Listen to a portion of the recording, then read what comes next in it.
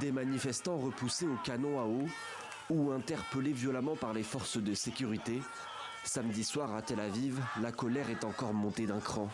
Des milliers d'Israéliens ont battu le pavé pour dénoncer la politique sécuritaire du gouvernement de Benjamin Netanyahou. Je suis ici aujourd'hui parce que je suis une citoyenne de ce pays et que je me soucie de mon pays. J'ai 2 enfants qui sont dans l'armée, je veux qu'ils soient en vie, je ne veux pas qu'ils meurent pour les erreurs, pour la corruption, pour le gouvernement qui est complètement indifférent aux vies humaines. Il ne s'occupe que de ses ambitions politiques.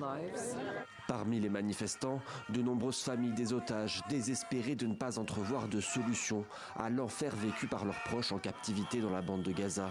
Après plus de 4 mois de guerre, beaucoup sont fatigués, en colère et se sentent abandonnés. Depuis le mois dernier, on dirait qu'ils ne veulent pas mettre fin à la guerre. Ils continuent à la mener. Ils ne cherchent pas de solution. Ils adoptent la position extrême de l'aile droite. La position la plus extrême, c'est-à-dire la poursuite de la guerre, quoi qu'il en coûte.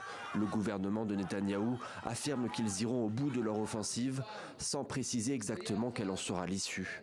A l'inverse, beaucoup de manifestants estiment qu'ils ont échoué. 136 Israéliens sont toujours retenus captifs. Ils demandent un accord avec le Hamas pour un cessez-le-feu et la libération de tous les otages. À l'international, les négociations pour une trêve continuent. Le gouvernement israélien est de plus en plus sous pression. Le bilan humanitaire dans la bande de Gaza ne cesse de s'alourdir et des centaines de milliers de Palestiniens sont désormais menacés par la famine.